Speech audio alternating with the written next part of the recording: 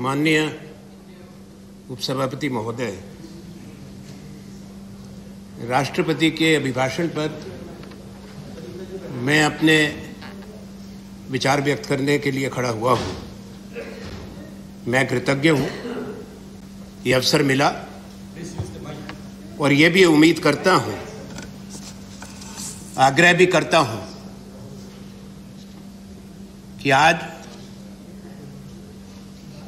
समय जरूर दिया जाए ताकि कुछ बातें हम इस सदन के समक्ष रख सकें और संतुलन बन सके जो संवाद चल रहा है और जो चर्चा चल रही है। राष्ट्रपति के अभिभाषण में माननीय ये उम्मीद की जाती है कि एक महत्वपूर्ण ये तिथि होती है, संसद के दोनों सदनों को बोला जाता है कि देश के हालात क्या हैं, सरकार की नीतियां क्या हैं। ये अपेक्षा की जाती है कि ईमानदारी से चिंतन करके वस्तु स्थिति से देश के लोगों को ज्ञान दिया जाएगा, जो उपलब्धियां हैं उसको स्वीकारा जाएगा, पर जो चुनौतियां देश के सामने हैं उससे भी देश को आगाह किया जाएगा। जहां कमी रह गई उसको भी स्वीकार किया जाएगा और भविष्य के लिए क्या नीति है उन चुनौतियों का सामना करने के लिए राष्ट्रपति के अभिभाषण में शामिल होनी चाहिए थी। मैं कहूंगा दुर्भाग्यपूर्ण है कि उनकी कोई चर्चा नहीं है। ये निराशाजनक है, जमीनी हकीकत को और चुनौतियों को नकारता है। इसको अंग्रेजी में कहा जाता है is just a laundry list of government announcements और प्रोग्राम्स। वो सब घोषणाएं हो चुकी पिछले बजट में, इस बजट में। कोई नई बात आए तो हम समझ लें, और ये मैं आलोचना के लिए नहीं कह रहा। मैं सोच रहा था इसको सुनते हुए भी, पढ़ते हुए भी, ये किसने लिखा, कौन महानुभाव। राष्ट्रपति नहीं लिखते, सरकार में प्रधानमंत्री जी, मंत्री लोग स्वयं नहीं लिखते। देखिए, एक मिनट, प्रश्न पूछ रहा हूं, आपके बहुत लोग बोलते हैं। हमारे समय में भी लिखा जाता था, पढ़ लीजिए सब उठाकर। जो लिखा है उनकी थोड़ी जवाबदेही जरूर बनती है। जिसने भी लिखा, ये कटाक्ष नहीं है, महामहिम राष्ट्रपति के साथ अन्याय किया। ये जनता के विवेक को ललकारता है और देश के सामने जो कठिन परिस्थिति है उसको भी नकारता है।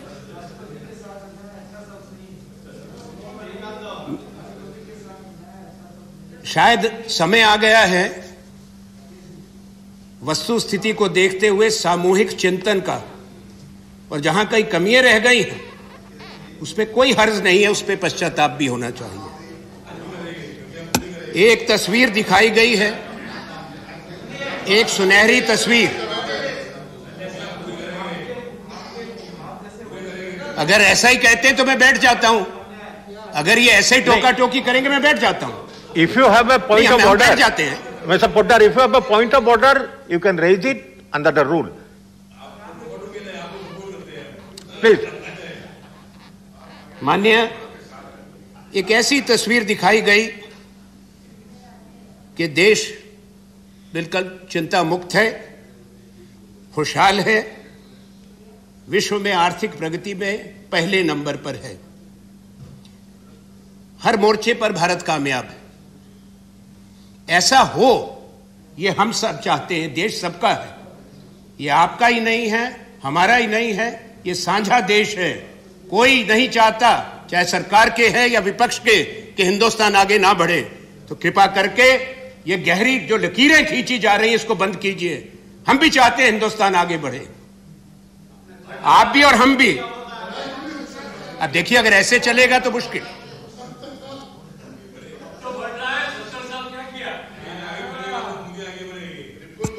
नहीं, आप बोलिए, वो रिकॉर्ड में जाएगा। ये तो ये रिकॉर्ड में नहीं जाएगा। अगर whatever you say now will go on record. Interruptions will not go on record. No, on record नहीं, हमारा समय तो खा रहे हैं।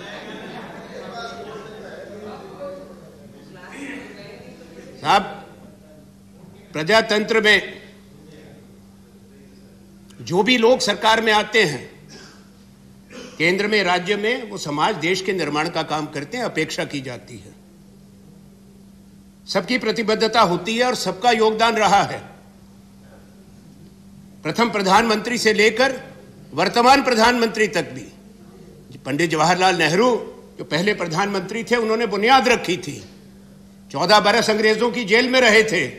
आपको ऐतराज हो सकता है, विचारधारा से विरोध हो सकता है, पर सच्चाई और जो इतिहास के पन्नों पे अंकित है, जिसको देश दुनिया जानती है, कृपा करके उसका अपमान मत करें।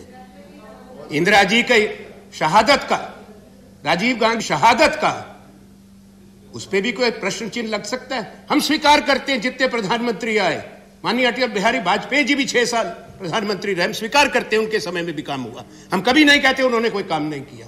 10 साल डॉक्टर मनमोहन सिंह जी रहे, उनके कार्यकाल में भी काम हुआ। ये याद रखिएगा। मैं आपको कहना चाहता हूं,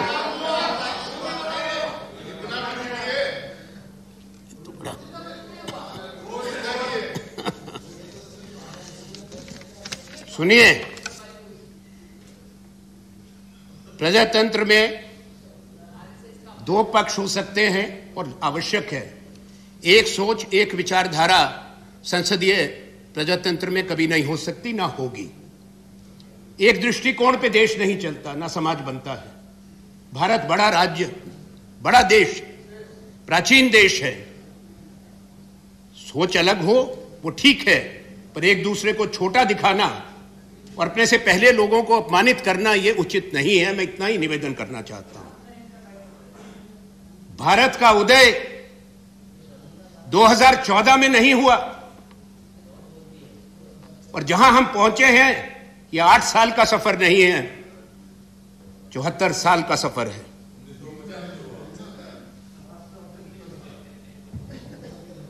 पहली बार विकास हुआ, पहली बार विश्व में हमारा सम्मान हुआ। मैं इस बात को नहीं मानता हूं। मैं आपको एक चीज बताना चाहता हूं। 1947 के बाद बड़ी संस्थाएं बनी। IIT सबसे पहले भारतवर्ष में कब बना था? आप पूछते हैं कि बताइए क्या हुआ, बताता हूं। 1951 में। कब बना था IIT आपका? इधर अहमदाबाद में 1964 में। भारत में परमाणु संस्था कब कायम की गई थी? 1954 में। भारत में पहला परमाणु विस्फोट जब इंदिरा गांधी प्रधानमंत्री थी 1974 में हुआ था। अंतरिक्ष में आर्यभट्ट 1974 में चला गया था। 1955 में भाखड़ा डैम बन चुका था, नागार्जुन सागर डैम बन चुका था। 1961 के अंदर पंडित जवाहरलाल ने स्वयं जाकर नर्मदा पे नींव रखी थी, सरदार सरोवर बांध की और उसका नाम सरदार जी को समर्पित किया था। ये सूची बड़ी लंबी है, मैं सभा पटल पर रखूंगा। मैं नहीं चाहता, देखिए, मैं नहीं चाहता, निवेदन कर रहा हूं। मैं सच्चाई बहुत कड़वी होती है। हकीम की खुराक और सच्चाई बड़ी तकलीफ पर बीमारी को दूर करती है।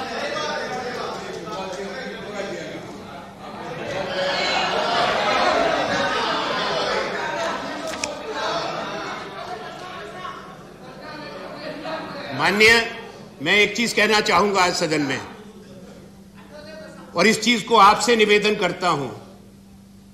शायद मेरा ये अंतिम वक्तव्य है। मैं हाथ जोड़ के कहता हूं, बोलने दीजिए। बस इतना कहूंगा, उसके बाद आपके विवेक पर छोड़ता हूं।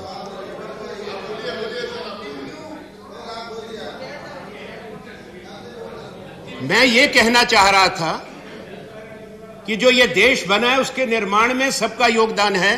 सरकार की निरंतरता होती है, समाज की निरंतरता होती है, कमियां भी रहती हैं। मैं कभी ये नहीं कहने वाले लोगों में से कि हमारे समय में सब कुछ प्राप्त हो गया था। कमियां होती हैं और ये अपेक्षा की जाती है कि आने वाली सरकार से देश की जनता भी अपेक्षा करती है कि जो काम अधूरे हैं वो पूरे हो, नए काम आए, नई योजनाएं आए। पर कोई ऐसा भारत नहीं छोड़ के गए थे। एक परमाणु शक्ति, अंतरिक्ष शक्ति, $2 ट्रिलियन की इकोनॉमी, वो हिंदुस्तान हम भी छोड़ के गए थे। आपको कोई खाली ऐसा हिंदुस्तान नहीं मिला था जहां की जमीन बंजर हो, जहां के लोग कपड़े ना डालते हो, जिस देश का कोई सम्मान दुनिया के अंदर ना हो। ऐसा देश नहीं था। यही कह रहा हूं, इस मानसिकता को आप त्याग दें। ये त्याग देंगे, देश का भला होगा, मैं यही कह सकता हूं। आज सच्चाई क्या है, और यह आलोचना के दृष्टिकोण से नहीं कह रहा।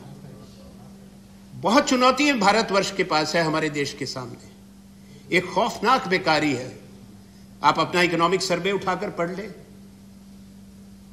जो भारत के अंदर कितने लोग हैं जिनको रोजगार की जरूरत है। ये मैं नहीं कह रहा, आपका इकोनॉमिक सर्वे कहता है। 94 करोड़ लोगों को जो रोजगार के योग्य हैं इस देश के अंदर हैं, केवल 52 करोड़ लोगों को रोजगार है। आप कह रहे हैं 42 करोड़ हिंदुस्तान के लोग बेरोजगार, इसकी चिंता हम नहीं करेंगे। यह आलोचना की बात नहीं। अमीरी और गरीबी के बीच में बढ़ती खाई है। उद्योग टूट रहे हैं, बाजार टूट रहे हैं, रोजगार टूट रहे हैं। 2 साल कष्ट देश और दुनिया ने उठाया है। हम इतने गैर जिम्मेवार नहीं ये कहें कि कोरोना वायरस को आपने टेलीफोन करके बुलाया, पर यह वास्तविकता है। इससे नुकसान हुआ है और उससे हम उभरे नहीं हैं। माननीय, कुछ बरस पहले 2019 में ये कह दिया गया था राष्ट्रपति जी के अभिभाषण में कि 2024 तक 5 साल में हिंदुस्तान $5 ट्रिलियन की इकोनॉमी बन जाएगा। पर ये 2 साल खराब हुए, उससे हमारा नुकसान हुआ। अब हम 31 मार्च 2022 को वहीं पहुंचेंगे जहां हम 31 मार्च 2020 को थे। ये सोचने की बात है, आपस में टीका टिप्पणी की बात नहीं है। ये हमको सबको मिलकर सोचना है। मुझे पूरा विश्वास है कि भारत पहुंचेगा। हम $5 ट्रिलियन पे भी जरूर पहुंचेंगे, उससे आगे भी पहुंचेंगे। इस देश की जनता में क्षमता है और हम भी चाहते हैं पहुंचे। पर सच्चाई को तो मान लें कि चुनौती है हमारे सामने।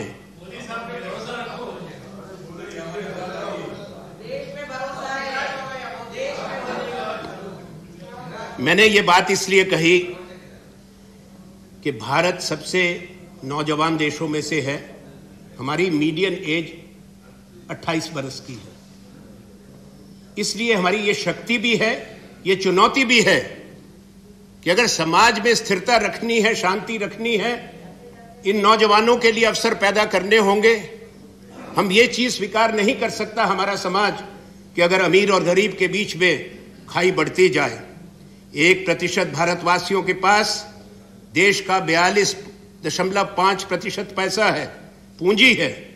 10% के पास 74.3% इस देश का पूंजी है। और जो गरीब 50% हैं, उनके पास 2.8% देश का पैसा है। ये आनंद शर्मा नहीं कह रहे, कांग्रेस पार्टी नहीं कह रही, आपकी सरकार के आंकड़े बोलते हैं। इसलिए सोचें, जो मैं कह रहा हूं उसको गौर करें और स्थिति को सुधारने के लिए सामूहिक प्रयास करें जो राष्ट्र हित में हो और देश के भविष्य में हो। महोदय, राष्ट्रपति के अभिभाषण में सरकार की जहां उपलब्धियों का जिक्र है, एक बात मैं कहना चाहता हूं इस सदन में। जो 2-3 मैंने बातें कही, आज 1/3 इंडस्ट्रियल कैपेसिटी इज आइडल, बेकार पड़ी है हमारे देश में। पर ना तो प्रोडक्शन है और डिमांड और सप्लाई का एक बहुत बड़ा चुनौती हिंदुस्तान के सामने है। किसी ने चर्चा नहीं की कि भारत देश में कर्जा बढ़ गया है। डेट टू जीडीपी रेशो 90% है भारत का, 90%। मैं बजट पे नहीं बोल रहा हूं तो यहीं पे अपनी बात रोकता हूं। हमारे साथी बजट पे बोलेंगे, माननीय वित्त मंत्री जी, उनका सम्मान करते हैं। जब वो बोलें इसके बारे में थोड़ा ज्ञान दें कि उसके लिए हम क्या करने जा रहे हैं, ताकि सरकार चले। जो हमारे आजादी के बाद बड़े संगठन बने थे, संस्थाएं बनी हैं, उनको बेचकर नहीं ये घाटा पूरा होगा। उन संस्थाओं को बचाकर और आर्थिक विकास से ये घाटा पूरा होगा, कर्जा पूरा होगा। मैं शिक्षा पे, स्वास्थ्य पे बहुत साथी बोल गए, नेता प्रतिपक्ष भी बोले हमारी तरफ से और साथी बोले, जवाहर सरकार जी बहुत अच्छा बोले, मैं स्वीकार करता हूं, इसलिए मैं दोहराऊंगा नहीं। मुझे चिंता है महोदय, सदन को भी होनी चाहिए कि राष्ट्रीय सुरक्षा का, नेशनल सिक्योरिटी का कोई जिक्र नहीं है। सीमाओं पे जो तनाव है उसका कोई जिक्र नहीं है माननीय राष्ट्रपति जी के अभिभाषण में। लद्दाख से लेकर अरुणाचल तक, मैं भी एक सीमावर्ती राज्य में पैदा हुआ और वहीं से आता हूं। हमारी भी सीमा तिब्बत से, चीन से लगती है, इसलिए ये बात कहता हूं। हमारे यहां से ही फौज जाती है, मनाली लेह रोड से जाती है, भारत की सेना जाती है। रोहतांग अटल टनल बन गई है, उससे थोड़ा फायदा हो गया, वो काम पूरा हुआ, बधाई है, देश के लिए भी अच्छी बात हुई। ये काम पुराना शुरू किया था, समय लगता है इतने बड़ी योजनाओं को बनाने में, पर 1 लाख फौज चीन की फौज के आमने सामने खड़ी है। आप सबको कहता हूं, क्या अखबार वाले को पता है, बाहर के देश के लोगों को जानकारी दी जाती है, सबसे बड़ा प्रजातंत्र है, क्या हमारे देश की संसद को यह नहीं जानकारी मिलनी चाहिए? क्या संसद में चर्चा नहीं होनी चाहिए? 1962 में पहली बार के चुने हुए आए एक नौजवान अटल बिहारी वाजपेयी जी ने, युद्ध चल रहा है सीमाओं पर, हिमालय में लोग मर रहे हैं, पर फिर भी उन्होंने सदन बुलाया, चर्चा हुई, युद्ध के दौरान हुई। इस सदन को आश्वस्त किया गया था माननीय रक्षा मंत्री जी ने, इस सदन का रिकॉर्ड देखा जाए, उन्होंने कहा था कि नेताओं को बुला के इन कैमरा ब्रीफ करेंगे, हमने स्वीकार किया था, वो भी नहीं हुआ। कृपा करके स्थिति को आप देखें, सोचें। माननीय पैरा 3 में नेताजी सुभाष चंद्र बोस का जिक्र है, हम सब सम्मान करते हैं। नेताजी बड़े नेता थे, उनका योगदान था, उनकी कुर्बानी थी, उनकी तपस्या थी। इतिहास तो नहीं नाम हटा सकते। मुझे भी खुशी है कि नेताजी सुभाष चंद्र बोस 2 बार भारतीय राष्ट्रीय कांग्रेस के अध्यक्ष थे, 1938 और 1939 में जब चुने गए थे। आपने बात करी कि नेताजी की बड़ी प्रतिमा होगी और 23 तारीख से अब गणतंत्र दिवस का सेलिब्रेशन शुरू होगा। बधाई हो, धन्यवाद हो, हमको सबको खुशी, पूरे देश को खुशी। पर एक चीज कहूंगा कि इंडिया गेट जो है उस पे अमर जवान ज्योति, वो बांग्लादेश की युद्ध में जो हजारों भारत के सैनिक शहीद हुए थे उनको समर्पित थी। अब उसको हटा दिया, कहा मर्ज कर दिया गया। क्यों क्यों क्यों हुआ? देखिए, 1 मिनट मैम, हमने सब देखा, ज्योति मर्ज होती है। हम भी घर में, मैं घर के बाहर अपने संविधान को अपना धर्म ग्रंथ मानता हूं, पर घर में मैं पूजा पाठी हूं, I am a practising Hindu.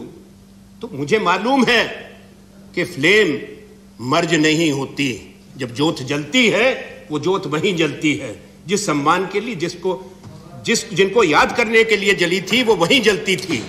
अब ये कहा गया कि ये इंडिया गेट जो है ये कॉलोनियल रेलिक है। कॉलोनियल रेलिक, अब ये भी सच्चाई है कि हमारा देश लंबे समय तक अंग्रेजों की कॉलोनी था, गुलाम था, पर वहां पे जो नामांकित हैं हजारों भारत के सैनिकों के जो प्रथम विश्व युद्ध में शहीद हुए, उनको सम्मान करें। वो मर्सिनरी आर्मी नहीं थी जो ब्रिटिश इंडियन आर्मी थी। प्रधानमंत्री जी भी जाते हैं, हमारे राष्ट्रपति जी भी जब बाहर, जो स्मारक बने हैं यूरोप में, वीरता की गाथाएं हैं उन सैनिकों की हिंदुस्तान के, जब हिंदुस्तान आजाद नहीं था उन्होंने सिद्धांत पे जाके जहां काम करते थे युद्ध लड़े और अपनी कुर्बानियां दी, उसको भी सोचें। और अगर मैं आपके तर्क को मान लूं, अगर मैं मान लूं आपके तर्क को महाशय महोदय, तो फिर क्या कहें? तो जहां आप बुत बनाएंगे, लगाएंगे, वो क्या कॉलोनियल रेलिक नहीं है? वो कहने की सोचिए, वहां भी तो किंग जॉर्ज की मूर्ति थी ना। तो ये इंडिया गेट कॉलोनियल रेलिक है, तो वो भी तो कॉलोनियल रेलिक है। मैं सदन को कह रहा हूं, इसको थोड़ा कृपा करके इस पे गौर करें। Please start winding up. Please start winding up. Today, I have requested the Honorable Chairman. Yeah, that's why. Yes, sir. We are giving some more time to you. Please. So please start. I need that respect because I will never be asking for time again. इतना कृपा कर दें। सुभाष चंद्र बोस जी, नहीं, no. माननीय, मैं कुछ कहना चाहता हूं। सुभाष चंद्र बोस जी के एक कोटेशन पढ़ दूं। उन्होंने स्वामी विवेकानंद का जिक्र किया था। स्वामी विवेकानंद के ऐतिहासिक भाषण का, जो 11 सितंबर 1893 9/11/1893 which he delivered in Chicago, the brothers and sisters of America. And Subhash Chandra Bose ji has said, the foundation of the present freedom movement owes its origin to Swamiji's message. If India is to be free, it cannot be a land specially of Hinduism or of Islam. It must be one united land of different religious communities, inspired by the ideal of nationalism. And for that, Indians must accept wholeheartedly the gospel of harmony of religions, which is the gospel of Ramakrishna Vivekananda. Unquote. मैंने ये बड़ा सोच के पढ़ा। जब नेताजी का स्मरण हो रहा है, नेताजी की सोच क्या थी उसको भी देखें। मैं आज सदन को यह भी बताना चाहता हूं कि पिछले 125 साल में हम देख लें, 11 September has a meaning. There were 4 9/11s. The first was what I have read, 1893 Chicago, where there was a message of humanity, brotherhood, harmony. The second 9/11 was 9/11/1906, when Mahatma Gandhi launched the first satyagraha from the Empire Theatre in Johannesburg and used that potent weapon to guide India and lead India to defeat the British Empire. The third 9/11 was in 9 सितंबर 1973, जब chilli में LNA की सरकार को हटा दिया गया, हजारों लोग मार दिए गए, मिलिट्री कू हो गया। और चौथा 9/11 था 2001 में न्यूयॉर्क में, जब बम का हमला हुआ था, ट्विन टावर तोड़ दिए गए थे, हजारों लोग मार दिए गए थे। मैंने क्यों कही ये बात कि 9 सितंबर अगर 4 बार दुनिया के सामने आया तो 2 बार प्यार और मानवता का, अहिंसा का संदेश लेके गया। वो भारत से गया, स्वामी विवेकानंद और महात्मा गांधी। नेताजी सुभाष चंद्र बोस ने, मैं सदन के सामने रखना चाहता हूं, 2 अक्टूबर 1943 को आजाद हिंद रेडियो स्टेशन से भारत के लोगों को संबोधित किया था। और उसमें उन्होंने पहली बार बापू को, महात्मा गांधी को फादर ऑफ द नेशन कहा था। हम कहते हैं father of the nation. Who called him the father of the nation? Netaji Subhash Chandra Bose called him. Azad Hind Fauj में 4 ब्रिगेड थी। सुभाष ब्रिगेड थी, नेहरू ब्रिगेड थी, गांधी ब्रिगेड थी, आजाद ब्रिगेड थी। ये नेताजी थी। तो मैं यही कहता हूं, हमने एक इस सदन में बैठे हैं, सबने संविधान की हमने शपथ ली है, चर्चा है और होनी भी चाहिए थी। ये चर्चा है कि बाबा साहब अंबेडकर का जिक्र है और सही कहा गया माननीय राष्ट्रपति जी के अभिभाषण में कि कैसे भारत का दर्शन और सोच बाबा साहब अंबेडकर की थी। पर क्या कहा है जो माननीय राष्ट्रपति जी के अभिभाषण में है? सिर्फ अंबेडकर जी का नाम नहीं लेना चाहिए, सिर्फ ये नहीं कहना चाहिए कि उन्होंने ये कहा था, उसको हम अपनाएं, ग्रहण करें, उस मार्ग पर चलें। आज जो लकीरें खिंच रही हैं, जो बंटवारे की बात हो रही है, जिस तरह की छवि जा रही है, ये मैं बड़ी महत्वपूर्ण और अंतिम बात रख रहा हूं। जिस तरह की देश के कुछ हिस्सों में घटनाएं हो रही हैं, अंग्रेजी की बात नहीं, अंग्रेजी में तो 2 शब्द कह दिए, हेट स्पीच। जिस तरह की भाषा, जिस तरह की धमकी, जिस तरह के हमले अल्पसंख्यकों पर हो रहे हैं, आज दुनिया जुड़ी हुई है। The world is interconnected by technology. What we say here, in a minute it flashes in the various capitals of the world. दुनिया की राजधानियों में ये सवाल पूछे जा रहे हैं, क्या ऐसा होना चाहिए भारत देश में? नहीं होना चाहिए, स्वीकार नहीं किया जाना चाहिए। ये देश सबका है, ये हमको याद रखना पड़ेगा कि भारत से बाहर बहुत लोग हैं, लगभग 2.5 करोड़, प्रदीप जी भाई कहेंगे शायद मैं गलत हूं तो, जो भारतीय इंडियन डायस्पोरा है पूरी दुनिया में। $87 बिलियन, 87 अरब डॉलर रेमिटेंस आता है हिंदुस्तान को।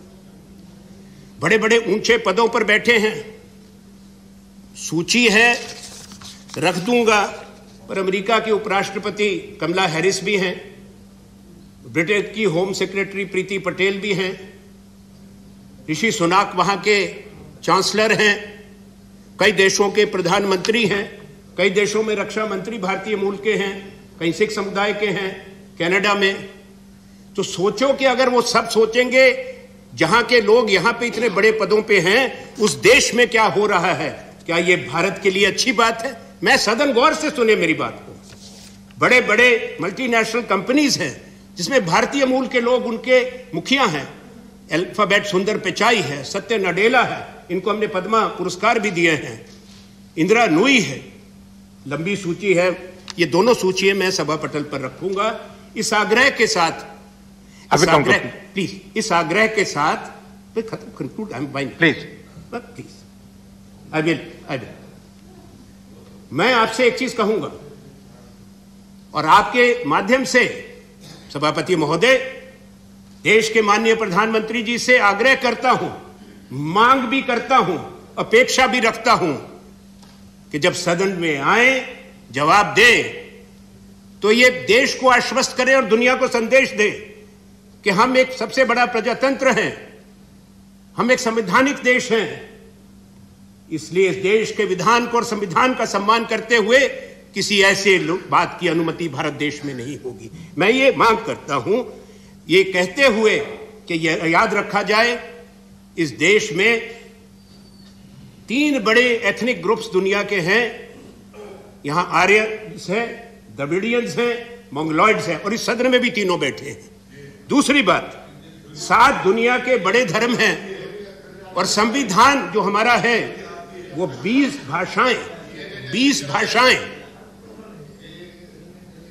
ये देश का संविधान मानता है। इस देश के संविधान का निर्माण करने में सबका योगदान जो रहा, एक चीज कहूं, सरदार पटेल जी का हम सब सम्मान करते हैं, आपने बहुत ऊंची मूर्ति भी लगाई, जरूर जाएंगे, पर अब मैं देखिए मैं कंक्लूड कर रहा हूं, ये चीटा के मैं ये सोचता हूं कि देश के प्रधानमंत्री सक्षम हैं हमारी बात का जवाब देने के लिए, कृपा करके सुन लें। मुझे सरदार पटेल जी के बारे में कहना है, क्योंकि उनको सरदार की उपाधि महात्मा गांधी ने बारदोली सत्याग्रह के बाद 1925 में दी थी। सरदार पटेल भी हमारे अध्यक्ष रहे, देश के हैं, ये देश की संपत्ति है, देश के बड़े व्यक्ति हैं। पर सरदार वल्लभ भाई पटेल हमारे देश की संविधान सभा की कॉन्स्टिट्यूएंट असेंबली की एक कमेटी थी, फंडामेंटल राइट्स और माइनॉरिटी राइट्स, उस कमेटी के अध्यक्ष वल्लभ भाई पटेल थे और मैं अंत में सिर्फ वही उनको कोट करूंगा। सरदार वल्लभ भाई पटेल को सुनिए, it is not our intention to commit the minorities to a particular position in a hurry. If they really have come honestly to the conclusion that in the changed conditions of this country, it is in the interest of all to lay down real and genuine foundations of a secular state, that nothing is better for the minorities than to trust the good sense and sense of fairness of the majority and to place confidence in them. So also it is for us who happen to be in a majority to think about what the minorities feel and how we in their position would feel if we are treated in that manner in which they are treated.